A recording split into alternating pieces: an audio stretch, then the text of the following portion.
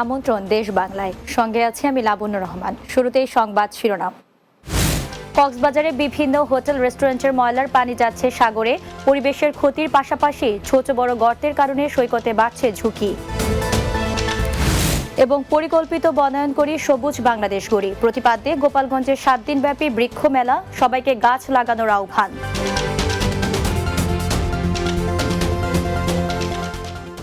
শুনছিলেন শিরোনাম, এবারে বিস্তারিত।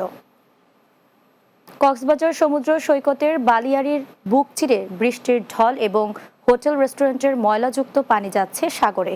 ফলে পরিবেশ বিপর্যয়ের পাশাপাশি এসব পানির স্রোতে সৃষ্ট হচ্ছে ছোট ছোট গর্ত ও গুপ্ত খালের। এতে সমুদ্র স্নান করতে গিয়ে পর্যটকদের প্রাণহানির ঝুঁকি তৈরি হচ্ছে। এ বিষয়ে ব্যবস্থা নেওয়ার কথা জানিয়েছেন জেলা প্রশাসক। কক্সবাজার থেকে সহকর্মী আমিনুল হক আমিনের প্রতিবেদন, জানাচ্ছেন সুরাইয়া সীমা।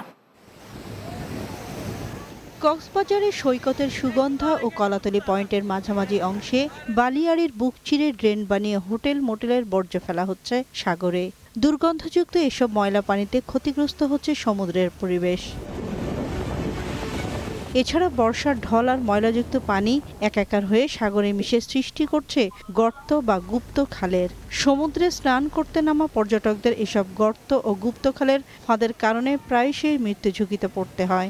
যে ময়লা আবর্জনা যাচ্ছে, এটার ফলে সমুদ্রের সৌন্দর্য বিনষ্ট হচ্ছে, স্বাস্থ্যের জন্য খুবই ক্ষতিকর জিনিসটা, পুরো ময়লা পানি যাইতেছে। সৈকতের এসব গর্তের কারণে অনাকাঙ্ক্ষিত দুর্ঘটনা ঘটে, জানালেন নিরাপত্তা কর্মীরা। বিভিন্ন ধরনের রিসোর্ট আছে, ময়লা পানি কৃত্রিম খাল তৈরি করে দেয়, ওই কারণে আমাদের বেশিরভাগ গর্তটা দেখা যায় এবং এখানেই মানুষ বিপর্যস্ত হয়। পরিবেশ বিপর্যয় রোধে সচেতন থাকার পরামর্শ পরিবেশবাদীর। দ্রুত সময় এটা ব্যবস্থা না নেওয়া হয় তাহলে এখানে কিন্তু পরিবেশের জন্য মারাত্মক ক্ষতি সাধন করবে এবং পাশাপাশি পর্যটকরা আর এই কক্সবাজারে আসবে না। হোটেলের ময়লাযুক্ত পানি ও বর্জ্য সাগরে ফেলা বন্ধে প্রশাসন কাজ করছে, এমনটি জানিয়েছেন অতিরিক্ত জেলা ম্যাজিস্ট্রেট। অনেক হোটেল রেস্টুরেন্ট যেগুলি আছে তাদের অনেকেরই ভালো বর্জ্য ব্যবস্থাপনা সিস্টেম নেই। আবার কেউ কেউ আছে হচ্ছে পৌরসভার যে ড্রেনেজ আছে তার সাথে কানেক্টেড। তো যারা কানেক্টেড না, আমরা ইতিমধ্যে তাদেরকে আহ্বান জানিয়েছি, অনুরোধ করেছি এবং আমাদের ম্যাজিস্ট্রেটগণ নিয়মিত সেখানে আসা যাওয়া করে তাদেরকে বার্তা দিচ্ছেন। সাগর পাড়ের পরিবেশ বিপর্যয় রোধ ও প্রকৃতির এই অপার সৌন্দর্য রক্ষায় সবাইকে ঐক্যবদ্ধ থাকার পরামর্শ সচেতন মহলের। Desk report, Bangla TV. Lakshmipur পৌরসভার 2025-26 অর্থ বছরের জন্য প্রায় 102,80,00,000 টাকার বাজেট ঘোষণা করা হয়েছে। বুধবার দুপুরে লক্ষ্মীপুর পৌরসভা কার্যালয়ের হলরুমে এ বাজেট ঘোষণা করেন লক্ষ্মীপুর পৌর প্রশাসক জসিম উদ্দিন। এ সময় জেলা জনস্বাস্থ্য প্রকৌশল বিভাগের নির্বাহী প্রকৌশলী বিলকিস আক্তার, পৌর নির্বাহী কর্মকর্তা খান মোহাম্মদ ফারাবি, নির্বাহী প্রকৌশলী জুলফিকার হোসেন ও হিসাবরক্ষক কর্মকর্তা সাদাত হোসেন সহ অন্যান্যরা উপস্থিত ছিলেন। ঢাকার নবাবগঞ্জে বারহা ইউনিয়নের শুভরিয়া এলাকায় ভেকু মেশিন পুড়িয়ে দেওয়ার ঘটনা ঘটেছে। ভেকু মেশিনটি পুড়ে প্রায় 20 লক্ষ টাকার ক্ষতি হয়েছে বলে জানান ভুক্তভোগী আমজাদ হোসেন। তিনি বলেন, তার নিজের জমি ভরাট করতে ভেকু ভাড়া করে কয়েকদিন কাজও করা হয়। ধারণা করা হচ্ছে স্থানীয় সন্ত্রাসীরা চাঁদা চেয়ে না পেয়ে এই ঘটনা ঘটিয়েছে। প্রশাসনের কাছে সুষ্ঠু বিচার দাবি করেন তিনি। এ বিষয়ে থানায় লিখিত অভিযোগের পর নবাবগঞ্জ থানার উপপরিদর্শক তানভীর আহমেদ বলেন, তদন্ত সাপেক্ষে প্রয়োজনীয় ব্যবস্থা নেওয়া হবে। মুন্সিগঞ্জে ইয়াসিন হাওলাদার নামের এক যুবকের মরদেহ উদ্ধার করেছে পুলিশ। শহরের সরকারি হরগঙ্গা কলেজের পাশের স্টেডিয়ামে আন্ডারগ্রাউন্ডে নিচে পরিত্যক্ত কক্ষে যুবকের মরদেহ পড়ে থাকতে দেখে পুলিশকে খবর দিলে পুলিশ মরদেহ উদ্ধার করে। নিহতের স্বজনরা জানায়, বুধবার সকালে বাড়ি থেকে বের হওয়ার পর 4 ঘন্টার ব্যবধানে নিহত যুবকের মৃত্যুর খবর দেয়া হয় পরিবারের সদস্যদের। পরিকল্পিত বনায়ন করি সবুজ বাংলাদেশ করি এ প্রতিবাদে গোপালগঞ্জে শুরু হয়েছে 7 দিনব্যাপী বৃক্ষ মেলা। জেলা প্রশাসন ও জেলা বন বিভাগ এ মেলার আয়োজন করে। এই উপলক্ষে বুধবার দুপুরে জেলা প্রশাসকের কার্যালয়ের সামনে থেকে একটি শোভাযাত্রা বের করা হয়। শোভাযাত্রাটি জেলা শহরের বিভিন্ন সড়ক প্রদক্ষিণ করে স্থানীয় পৌর পার্কের বৃক্ষ মেলা স্থলে গিয়ে শেষ হয়। এর আগে জেলা প্রশাসকের কার্যালয়ের সম্মেলন কক্ষে অনুষ্ঠিত আলোচনা সভায় প্রধান অতিথি ছিলেন জেলা প্রশাসক মোহাম্মদ কামরুজ্জামান।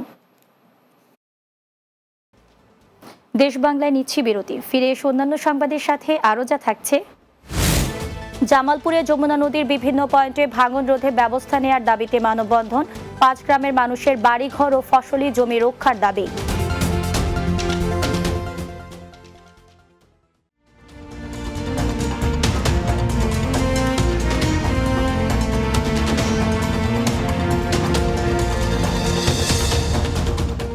বিরতির পর দেশ বাংলায় স্বাগত আরও একবার।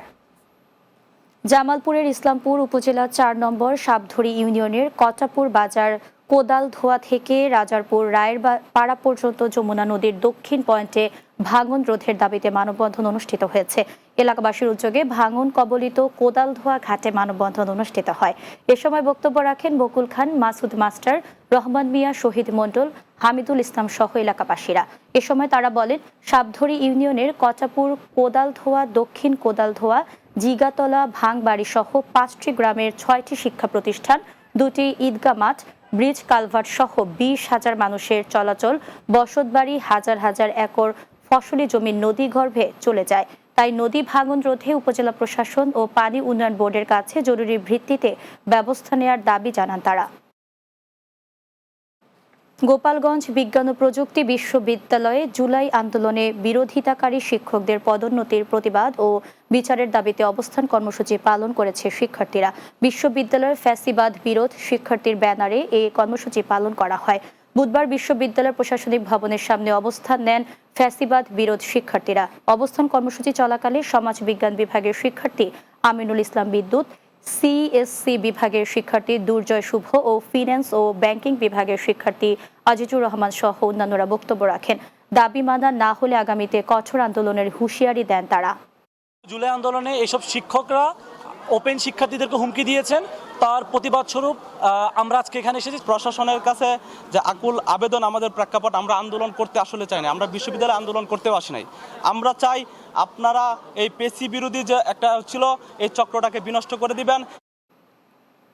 মাদারীপুরে কুরুচিপূর্ণ ও ঔদ্ধত্যপূর্ণ বক্তব্য দেওয়ার প্রতিবাদে সংবাদ সম্মেলন ও প্রতিবাদ সভা অনুষ্ঠিত হয়েছে। মাদারীপুর জেলা মডেল মসজিদের নিচতলায় প্রতিবাদ সভা করে ইমাম মুয়াজ্জিন সমাজ কল্যাণ পরিষদ, হেফাজত ইসলাম, ইসলামী আন্দোলন ও খেলাফত মজলিস মাদারীপুর জেলা শাখা। এ সময় বাংলাদেশ হেফাজতে ইসলাম বাংলাদেশ মাদারীপুর জেলা শাখার আমির মাওলানা আলী আহমেদ চৌধুরী, যুগ্ম সাধারণ সম্পাদক মুফতি তাজুল ইসলাম ফারুকী, সাংগঠনিক সম্পাদক কামাল উদ্দিন খান সহ অন্যান্যরা উপস্থিত ছিলেন।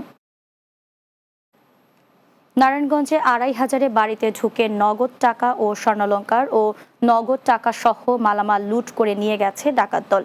মঙ্গলবার মধ্যরাতে উপজেলার 5রুখি এলাকার ব্যবসায়ী সিরাজুল ইসলামের বাড়িতে এ ঘটনা ঘটে। তিনি জানান, 20 থেকে 25 জনের মুখোশধারী ডাকাত দল বাড়িতে প্রবেশে সবার হাত পা বেঁধে অস্ত্রের ভয় দেখিয়ে আলমারি ভেঙে স্বর্ণালংকার, নগদ প্রায় 2 লাখ টাকা সহ বিভিন্ন মালামাল লুট করে নিয়ে যায়। এ বিষয়ে নারায়ণগঞ্জ জ্যেষ্ঠ সহকারী পুলিশ সুপার মেহেদি ইসলাম বলেন, ঘটনাস্থল পরিদর্শন করা হয়েছে, লুট হওয়া মালামাল উদ্ধারের চেষ্টা চলছে। আষাঢ়ী পূর্ণিমা উপলক্ষে বুধবার ভক্তের পদচারণায় মুখরিত হয়ে উঠেছে বান্দরবানের বিভিন্ন বৌদ্ধ বিহারগুলো। রাজগুরু মহাবৌদ্ধ বিহার, সার্বজনীন কেন্দ্রীয় বৌদ্ধ বিহার, বালাঘাটা বৌদ্ধ বিহার, উজানি পাড়া বৌদ্ধ বিহার সহ বিভিন্ন বৌদ্ধ বিহারে শুরু হয় প্রার্থনা, চিবরদান, গুরুভক্তি, ছুয়াইং দান। এ সময় ধর্মীয় দেশনা ও শীল প্রদান করেন রাজগুরু মহাবৌদ্ধ বিহারের বিহারাধ্যক্ষ ভদন্ত উ কেতু মহাথের। উজানিপাড়া মহাবৌদ্ধ বিহারের বিহারাধ্যক্ষ ভদন্ত ডক্টর সুবলালঙ্কারা মহাথের। শেষ করব দেশ বাংলা। যাওয়ার আগে সংবাদ শিরোনামগুলো জানিয়ে দিচ্ছি আরও একবার। কক্সবাজারে বিভিন্ন হোটেল রেস্টুরেন্টের ময়লার পানি যাচ্ছে সাগরে। পরিবেশের ক্ষতির পাশাপাশি ছোট বড় গর্তের কারণে সৈকতে বাড়ছে ঝুঁকি। পরিকল্পিত বনায়ন করি, সবুজ বাংলাদেশ গড়ি প্রতিপাদ্যে গোপালগঞ্জের 7 দিনব্যাপী বৃক্ষ মেলা, সবাইকে গাছ লাগানোর আহ্বান। এবং জামালপুরে যমুনা নদীর বিভিন্ন পয়েন্টে ভাঙন রোধে ব্যবস্থা নেওয়ার দাবিতে মানববন্ধন, 5 গ্রামের মানুষের বাড়িঘর ও ফসলি জমি রক্ষার দাবি। এই ছিল দেশ বাংলায়। আমাদের পরবর্তী সংবাদ বিকেল 4:30 দিনের বাংলা দেখার আমন্ত্রণ রইল। এতক্ষণ সঙ্গে থাকার জন্য ধন্যবাদ সবাইকে।